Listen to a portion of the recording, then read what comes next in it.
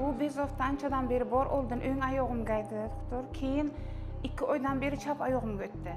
Doimiy ana shu nevropatologga ko'p joyga lecheniya olganman.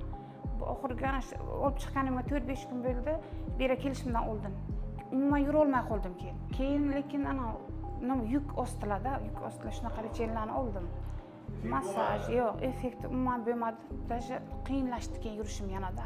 50 metrgacha zo'rdan yuraman, keyin o'tirib turaman, keyin turib ketardim, yana bir 50 metrgacha yuraman.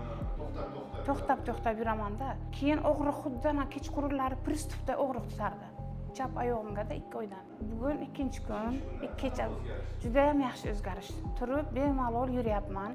Hech qanaqangi og'riqlar yo'q. Shu Temur Anvarishni nimadan ko'rdik, Instagramdan ko'rib, shu Instagram orqali keldik. Turib zallarga yurib tushib chiqyapman. Og'riq yo'q, yaxshi. Rahmat, katta rahmat sizlarga.